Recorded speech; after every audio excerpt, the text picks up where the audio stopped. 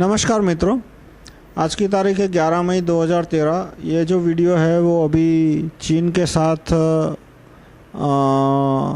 लद्दाख की सीमा के, भारत और चीन की सीमा के लद्दाख एरिया, हिमाचल एरिया, उसकी जो घटना हुई उसके ऊपर है। इसमें जो एग्जैक्ट मैप मेरे पास नहीं है, मैं बहुत रफ डिस्क्रिप्शन दूंगा यहाँ पे, कागज़ पे एक डायग्राम दिखाकर, बनाकर। तो इसमें लद्दाख, तिब्बत का जो एरिया है वो एक समय में भारत का हिस्सा किस तरह से था कि तिब्बत की जो भाषा है वो संस्कृत से मिलती जुलती है, चीन से जरा भी मिलती जुलती नहीं है। चीन की भाषा हेरोग्लिफिक है। हेरोग्लिफिक यानी हर एक वस्तु के लिए सिंबल होता है। कुर्सी के लिए एक सिंबल, आदमी के लिए अलग सिंबल, टेबल के लिए अलग सिंबल, पंखा के लिए अलग सिंबल, ज़मीन के लिए अलग सिंबल, और अलग चीज़ के लिए शब्द अलग अलग सिंबल है। इस तरह से 5000 बेसिक सिंबल है और बाकी और सिंबल्स है। जबकि हिंदी, अंग्रेजी, संस्कृत, ये सारी भाषा अल्फ़ाबेटिकल है। अल्फ़ाबेटिकल यानी कि भाषा में बेसिक 20, 25, 26, 30, 35, 50 अक्षर होते हैं और बाकी शब्द होते हैं वो अक्षरों से मिलके बनाए होते हैं, और शब्द उससे फिर शब्द बनता है। जैसे क, ख, ग, ये बेसिक एलिमेंट है, तो इसको अल्फ़ाबेटिकल लैंग्वेज बोलते हैं।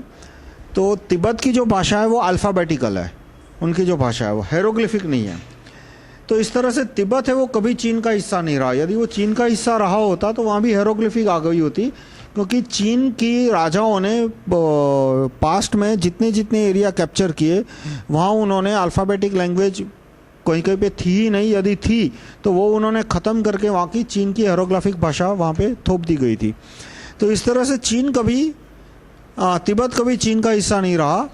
और 1950 से पहले चीन में भारत का पोस्ट ऑफिस हुआ करता था, वहाँ पे भारत की करेंसी चलती थी, भारत का रिजर्व बैंक का रुपया चलता था, और वहाँ पे जो टेलीग्राम की सेवाएं थी वो भी भारत की सरकार, मतलब उस समय की अंग्रेज़ों की सरकार चलाती थी। फिर जवाहरलाल गाजी ने तिब्बत पे में कोई इंटरेस्ट नहीं दिखाया और चीन की सेना वहाँ पे घुसती गई और फिर पूरा तिब्बत उन्होंने कैप्चर कर लिया। 1954 में तिब्बत की असेंबली में रेजोल्यूशन पास किया कि हम चीन से जुड़ना चाहते हैं, लेकिन वो चीन के सैनिक तिब्बत में घुस गए थे प्लेन यूनिफॉर्म में, और उन्होंने तिब्बत की जो भी असेंबली बनी, जो भी थी, वहाँ के सभ्यों को धमकाया कि भाई तुम चीन के हिस्सा बनने की बात करो वरना हम तुम्हें हत्या कर देंगे तुम्हारी। तो इस तरह से वो चीन में मिक्स हो गया। अब जो बॉर्डर थी वो किस तरह से है, मैं आपको रफ डायग्राम ही बना रहा हूँ, मेरे पास नक्शा नहीं है अभी। कि 1949 में ये एरिया चाइना का है और ये एरिया इंडिया का है, और ये एक बॉर्डर मान लो। 1962 में चीन ने हमला किया और चीन की सेना काफ़ी अंदर तक आ गई, लेह से कुछ एक किलोमीटर दूर थी। फिर यहाँ आके चीन की सेनाएं 1962 में रुक गई और फिर कहा कि भाई हमको जितनी टेरिटरी लेनी थी वो ले ली, अब हम आगे नहीं बढ़ेंगे। तो ये बन गया LAC, line of actual control, यानी कि ये जो एरिया है वो चीन ने अपने कंट्रोल में ले लिया और इस पे भारत की सेनाएं और भारत की सरकार की वहाँ पे प्रभाव था।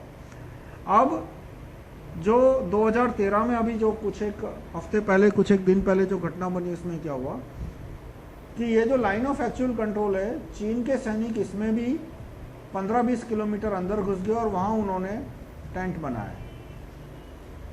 और टेंट बनाने की वजह क्या दी कि भारत सरकार ने यहाँ पे बंकर बनाए थे।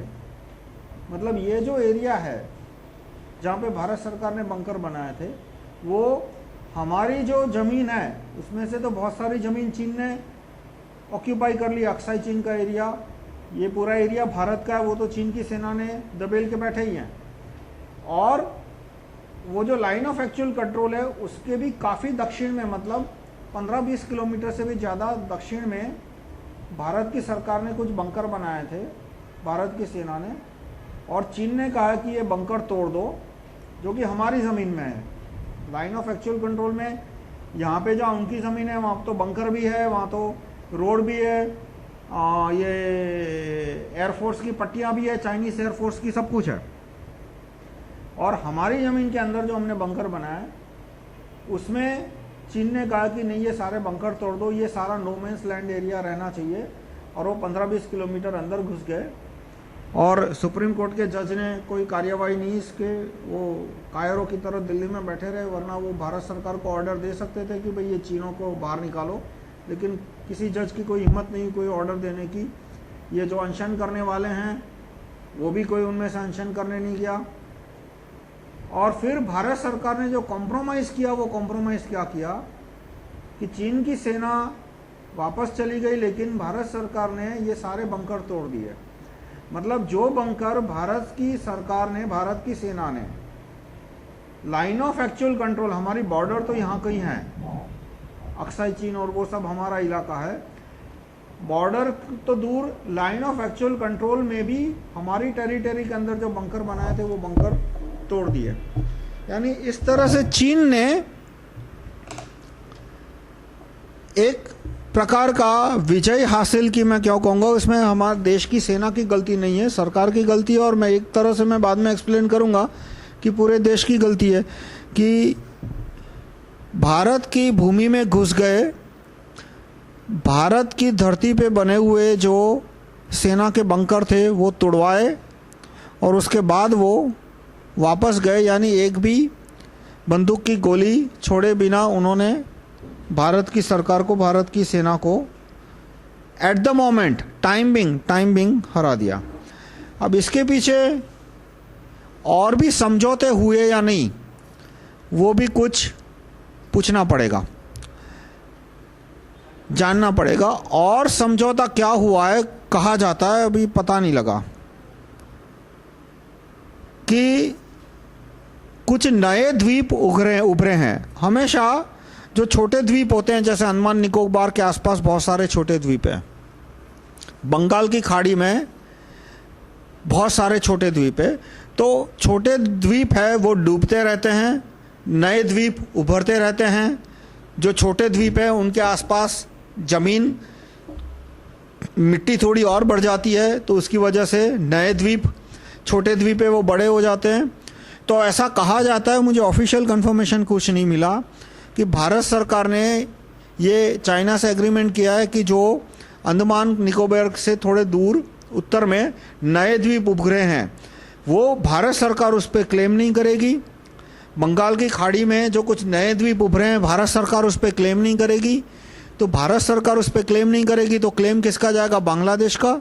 और बांग्लादेश का क्लेम जाएगा तो चीन उस पर नेवल बेस बना सकता है, अपने हवाई जहाज़ों के लिए पट्टियां भी बना सकता है। ये एक एग्रीमेंट और हुआ, ऐसी एक अफवाह है। पर यह तो है ही कि भारत सरकार ने जो बंकर बनाए थे वो सारे तुड़वा दिए और भारत सरकार ने प्रॉमिस किया है कि लाइन ऑफ एक्चुअल कंट्रोल के 15-20 किलोमीटर अंदर भारत की सेना किसी प्रकार का परमानेंट स्ट्रक्चर नहीं बनाएगी। बंकर है, रोड है, हवाई जहाज उड़ने की पट्टियां हैं, वो सब। दूसरी तरफ चीन की सेना है वो लाइन ऑफ एक्चुअल कंट्रोल के बिल्कुल करीब करीब अपनी बंकर और वो सब बढ़ा रही है। तो अब ये जो हुआ उसका मुख्य कारण क्या है कि हमारी सेना वास्तव में कमज़ोर है। मैंने एक वीडियो बनाया था मार्च महीने में, आपको YouTube पे मिल जाएगा। और YouTube का वीडियो वो एडिट नहीं होता, वो सिर्फ डिलीट ही हो सकता है।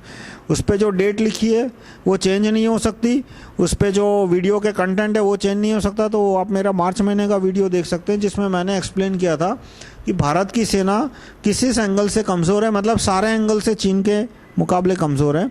मैं थोड़ा बहुत रिपीट करूँगा। मैं आपको रिक्वेस्ट करूँगा कि आप ये किताब डाउनलोड करें, rahulmehta.com/301.htm।